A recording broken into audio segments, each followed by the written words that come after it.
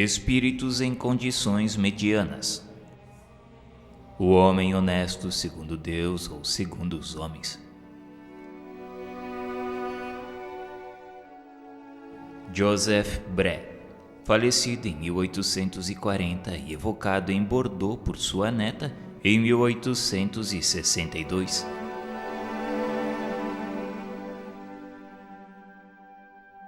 Depois da evocação, sua neta pede se ele poderia dizer como se encontrava no mundo dos espíritos, dando qualquer informação útil ao progresso daqueles que aqui ficaram.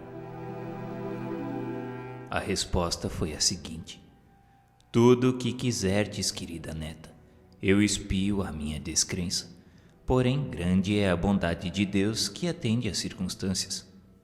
Sofro, mas não como poderia imaginar. É o desgosto de não ter melhor aproveitado o tempo aí na terra. Sua neta pede então como ele estava sofrendo, pois sempre viveu honestamente. A resposta foi a seguinte: sim, vivi honestamente no juízo dos homens, mas há um abismo entre a honestidade perante os homens e a honestidade perante Deus. E uma vez que desejas instruir-te, procurarei demonstrar-te a diferença. Aí entre vós é reputado honesto aquele que respeita as leis do seu país, respeito arbitrário para muitos. Honesto é aquele que não prejudica o próximo ostensivamente, embora lhe arranque muitas vezes a felicidade e a honra, visto o Código Penal e a opinião pública não atingirem o culpado hipócrita. Em podendo fazer gravar na pedra do túmulo um epitáfio de virtude, julgam muitos terem pago sua dívida à humanidade. Isso é um erro. Não basta para ser honesto perante Deus ter respeitado as leis dos homens. É preciso, antes de tudo, não haver transgredido as leis divinas. Honesto aos olhos de Deus será aquele que, possuído de abnegação e amor, consagra a existência ao bem, ao progresso dos seus semelhantes.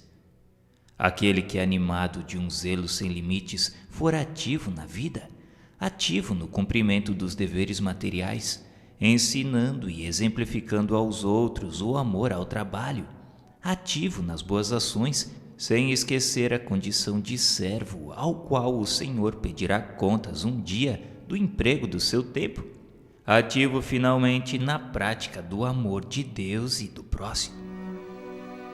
Assim, o homem honesto perante Deus deve evitar cuidadoso as palavras mordazes, veneno oculto sob flores que destrói reputações e acabrunha o homem, muitas vezes cobrindo-o de ridículo.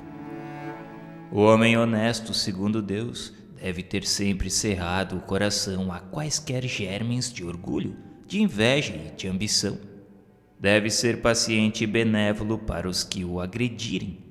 Deve perdoar do fundo da alma, sem esforços e, sobretudo, sem ostentação, a quem quer que ofenda. Deve, enfim, praticar o preceito conciso e grandioso que se resume no amor de Deus sobre todas as coisas e do próximo como a si mesmo. Eis aí, querida filha, aproximadamente o que deve ser o homem honesto perante Deus. Pois bem, depois de todas essas palavras, será que eu teria sido? Não.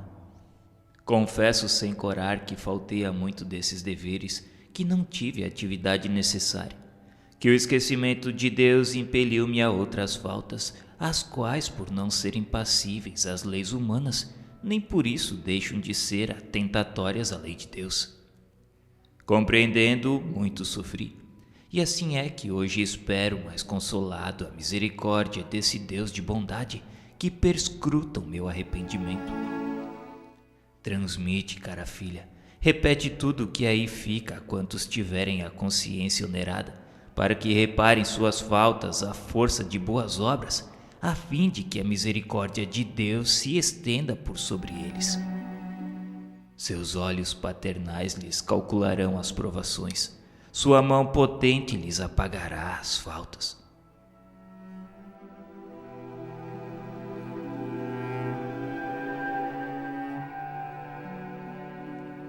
aqui peço licença para fazer uma nota de rodapé, não da editora, mas minha mesmo, de narrador simples, falho, humano. Depois de ler essas palavras de Joseph Bré, reflito comigo, reflitamos todos. Será que nós temos feito tudo o que está ao nosso alcance pelo próximo? Será que empregamos bem o nosso tempo em favor do próximo? Pois um dia teremos que prestar conta do nosso tempo livre. Lazer, sim, é importante. Férias é importante, mas e a nossa condição espiritual? Será que trabalhamos pela nossa própria evolução e pela evolução daqueles que nos rodeiam? Ficamos em paz e que reflitamos.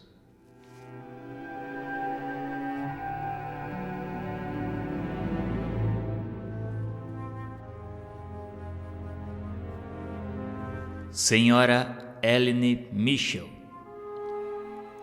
jovem de 25 anos, falecida subitamente no lar sem sofrimentos, sem causa previamente conhecida. Rica e um tanto frívola, a leviandade de caráter predispunha mais para as futilidades da vida do que para as coisas sérias. Não obstante, possuía um coração bondoso e era dócil, afetuosa e caritativa. Evocada 3 dias após a morte por pessoas conhecidas, exprimia-se assim: não sei onde estou, que turbação me cerca. Chamaste-me e eu vim. Não compreendo por que não estou em minha casa. Lamentam a minha ausência quando presente estou, sem poder fazer-me reconhecida.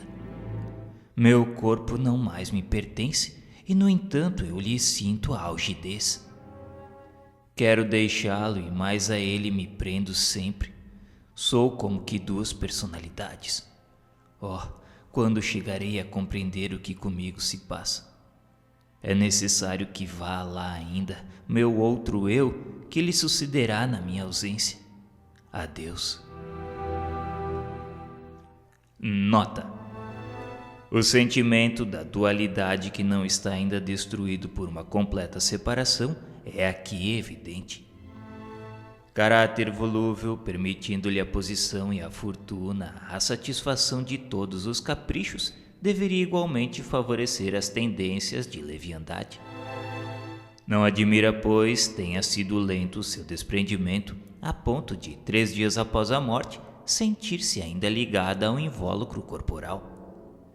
Mas, como não possuísse vícios sérios e fosse de boa índole, essa situação nada tinha de penosa e não deveria prolongar-se por muito tempo.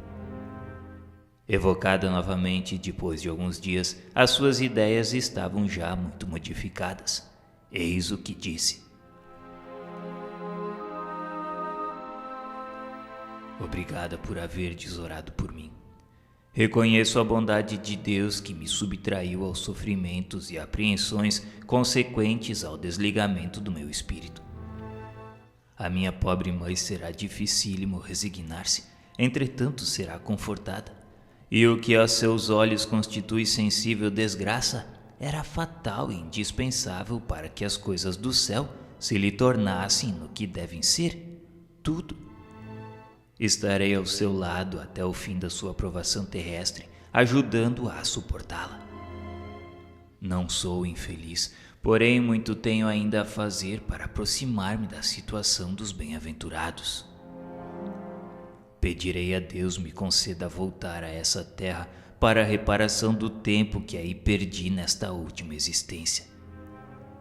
A fé vos ampare, meus amigos. Confiai na eficácia da prece mormente quando partida do coração. Deus é bom.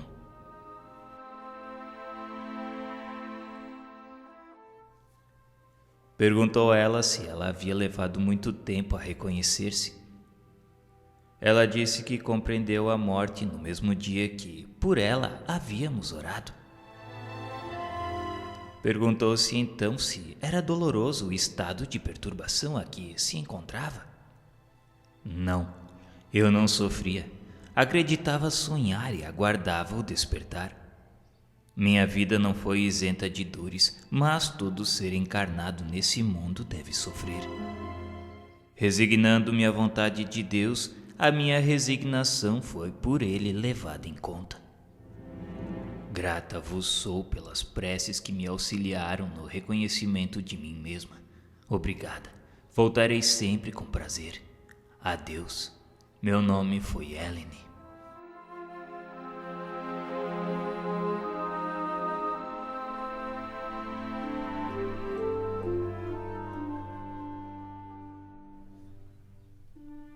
Marquês de St. Paul.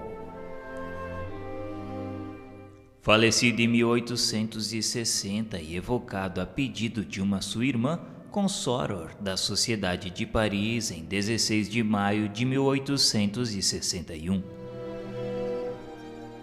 Depois da evocação, seguiu-se o diálogo.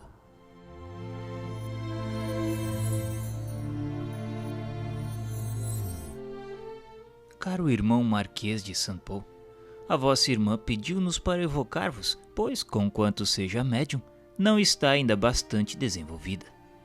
E eu responderei da melhor forma possível. Em primeiro lugar, ela deseja saber se sois feliz. Eu estou na erraticidade, num estado transitório que não proporciona nem felicidade, nem castigos absolutos. E poderia nos dizer se permanecestes por muito tempo inconsciente do vosso estado? Estive muito tempo perturbado e só voltei a mim para bendizer da piedade dos que, lembrando-se de mim, por mim oraram. E podeis precisar o tempo dessa perturbação? Não posso. Quais os parentes que reconhecestes primeiro? Minha mãe e meu pai, os quais me receberam ao despertar, iniciando-me nesta nova vida. Dize-nos então a que atribuir o fato de parecer que nos últimos extremos da moléstia confabuláveis com as pessoas caras da terra. Ao conhecimento antecipado pela revelação do mundo que viria a habitar. Vidente antes da morte, meus olhos só se turbaram no momento da separação do corpo, porque os laços carnais eram ainda muito vigorosos. E como explicar as recordações da infância que de preferência vos ocorriam? Ao fato de o princípio se identificar mais com o fim que com o meio da vida. E como explicar isso? É importante dizer que os moribundos lembram e veem, como reflexo consolador, a pureza infantil dos primeiros anos.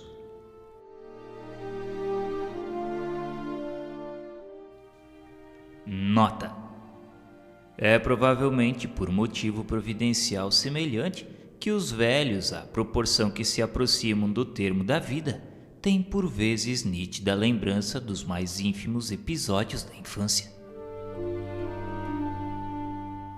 Por que, referindo-vos ao corpo, faláveis sempre na terceira pessoa? Porque era vidente, como vô-lo disse, e sentia claramente as diferenças entre o físico e o moral. Essas diferenças muito amalgamadas entre si pelo fluido vital tornam-se distintíssimas aos olhos dos moribundos clarividentes. Nota: eis aí uma particularidade singular da morte deste senhor. Nos seus últimos momentos, ele dizia sempre: ele tem sede e é preciso dar-lhe de beber. Ele tem frio e é preciso aquecê-lo. Sofre em tal ou tal região e etc. E quando se lhe dizia: mas sois vós que tendes sede? Respondia: não, é ele. Aqui ressaltam perfeitamente as duas existências. O eu pensante está no espírito e não no corpo. O espírito, em parte desprendido, considerava o corpo outra individualidade, que a bem dizer lhe não pertencia. Era, portanto, ao seu corpo que se fazia mister descendentar, e não a ele espírito. Este fenômeno nota-se também em alguns sonâmbulos. O que disseste sobre a erraticidade do vosso espírito e sua respectiva perturbação levaria a duvidar da vossa felicidade, ao contrário do que se poderia inferir das vossas qualidades. Demais, há espíritos errantes felizes e infelizes. Estou num estado transitório. Aqui as virtudes humanas passam a ter seu justo valor.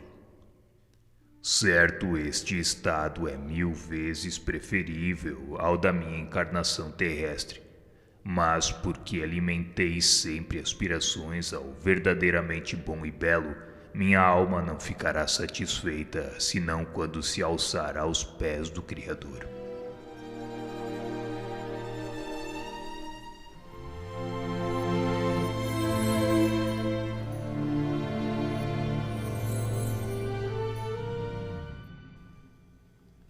O médico chamado Senhor Cardon. Senhor Cardon passara uma parte da sua vida na marinha mercante como médico de navio baleeiro, adquirindo em tal ambiente ideias um tanto materialistas. Recolhido a uma cidade do interior, exerceu aí a modesta profissão de médico da roça. Havia algum tempo adquirira a certeza de estar afetado de uma hipertrofia do coração, e sabendo a moléstia incurável, deixava-se abater pela perspectiva da morte num estado de melancolia inconsolável. Predisse o dia certo do seu falecimento com antecipação de cerca de 2 meses, e chegado o momento, ele reuniu a família para dizer-lhe o último adeus. Abeirou-se então do seu leito a esposa, a mãe, os 3 filhos e outros parentes. A esposa tentou erguê-lo, mas ele prostrou-se, tornando-se de um roxo lívido e fechando os olhos, pelo qual foi julgado morto. A esposa colocou-se então de permeio para ocultar aos filhos esse espetáculo. Minutos depois, o doente reabriu os olhos. Sua fisionomia, por assim dizer, iluminada, tomou radiante expressão de beatitude e ele exclamou: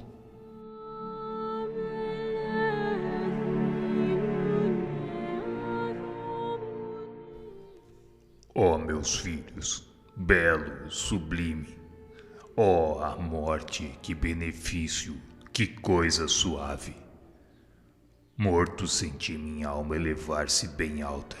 Porém Deus me permitiu voltar-se para dizer-vos: não lamenteis a minha morte, que é a libertação. Ah, que eu não posso descrever-vos a magnificência de tudo quanto vi, as impressões que experimentei. Mas não poderíeis compreendê-las. Ó meus filhos, comportai-vos sempre de modo a merecer esta inefável felicidade reservada aos homens de bem. Vivei conformemente aos preceitos da caridade. Do que tiverdes, dai uma parte aos necessitados. Minha querida mulher, deixo-te numa posição pouco lisonjeira. Temos dívidas a receber, mas eu te conjuro a não atormentardes os nossos devedores. Se eles estiverem em apuros, espera que possam pagar, e aos que não o puderem fazer, perdoa-lhes. Deus te recompensará. E tu, meu filho, trabalha para manteres tua mãe. Seja honesto sempre e guarda-te de fazer algo que possa manchar a nossa família. Toma esta cruz, herança de minha mãe. Não a deixes nunca, e Oxalá te recorde ela sempre os meus derradeiros conselhos. Meus filhos, ajudai-vos, apoiai-vos mutuamente para que a boa harmonia reine entre vós. Não sejais vaidosos nem orgulhosos. Perdoai aos vossos inimigos, se quiserdes que Deus vos perdoe.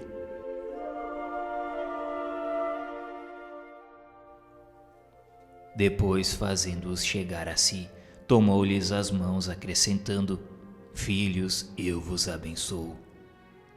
e seus olhos cerraram-se dessa vez para sempre. Seu rosto, porém, conservou uma expressão tão imponente que até o momento de ser amortalhado, numerosa turba veio contemplá-lo, tomada de admiração. Tendo-nos um amigo da família fornecido estes pormenores assaz interessantes, lembramo-nos que a evocação podia tornar-se instrutiva a todos nós e útil ao próprio espírito. Depois da evocação, seguiu-se o diálogo.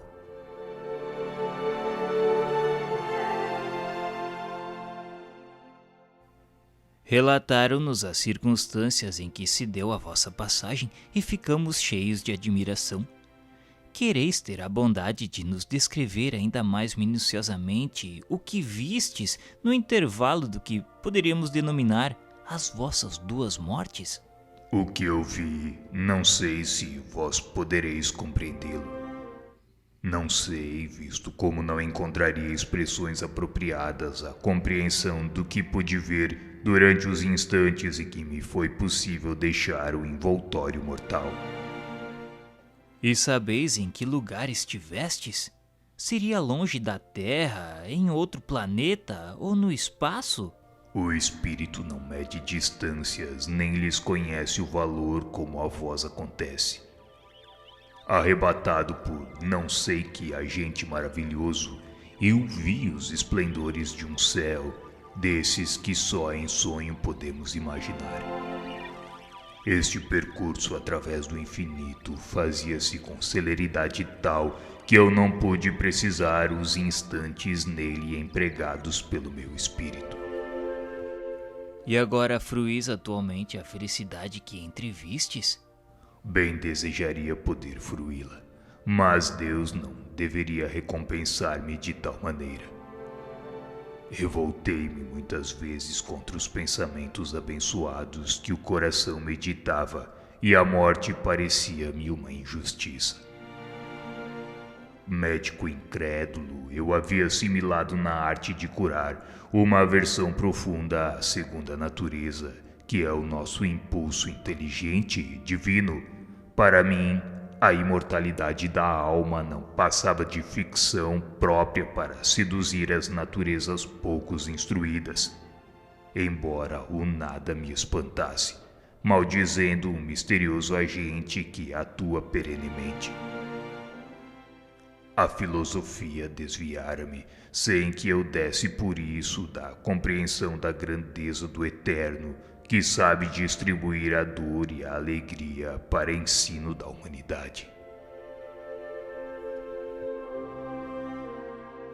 Dize-nos então, logo após o definitivo desprendimento, reconhecestes o vosso estado?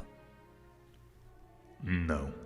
Eu só me reconheci durante a transição que o meu espírito experimentou para percorrer a etérea região.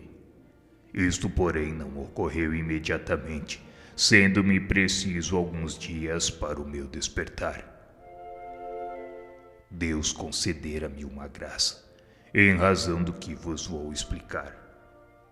A minha primitiva descrença não mais existia. Tornara-me crente antes da morte, depois de haver cientificamente sondado com gravidade a matéria que me atormentava, de não haver encontrado ao fim das razões terrestres, senão a razão divina que me inspirou e consolou, dando-me coragem mais forte que a dor. Assim bendizia o que amaldiçoara, encarava a morte como uma libertação. A ideia de Deus é grande como o mundo. Oh, que supremo consolo na prece que nos enternece e comove. Ela é o elemento mais positivo da nossa natureza imaterial. Foi por ela que compreendi que criei firme, soberanamente, e por isso Deus, levando em conta os meus atos, houve por bem recompensar-me antes do termo da minha encarnação. Poder-se-ia dizer então que estivestes morto nessa primeira crise? Sim e não. Tendo o espírito abandonado o corpo naturalmente, A carne extinguia-se. Entretanto, retomando posse da morada terrena, a vida voltou ao corpo, que passou por uma transição, por uma espécie de sono. E você sentiu então os laços que vos prendiam ao corpo?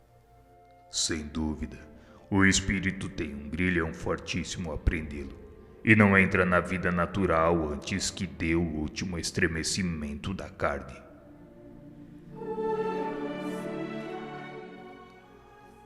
Como, pois, na vossa morte aparente e durante alguns minutos, pôde o vosso espírito desprender-se súbita e imperturbavelmente, ao passo que o desprendimento efetivo se fez acompanhar da perturbação por alguns dias? Parece-nos que no primeiro caso, os laços entre corpo e espírito subsistindo mais que no segundo, o desprendimento deveria ser mais lento, ao contrário justamente do que se deu. Tendes muitas vezes evocado um espírito encarnado, recebendo respostas exatas. Eu estava nas condições desses tais, porque Deus me chamava e os seus servidores me diziam: vem. Obedeci, agradecendo-lhe o favor especial que houve por bem conceder-me, para que pudesse entrever, compreendendo a sua infinita grandeza. Obrigado a vós que antes da morte real me permitistes doutrinar os meus, para que façam boas e justas encarnações. E poderia nos dizer de onde provinham as belas palavras que após o despertar dirigistes à vossa família? Eram o reflexo do que tinha visto e ouvido. Os bons espíritos inspiravam-me a linguagem e davam fulgor à minha fisionomia.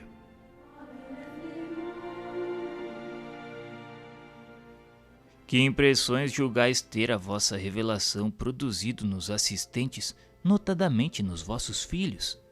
Surpreendente e profunda. A morte não é mentirosa.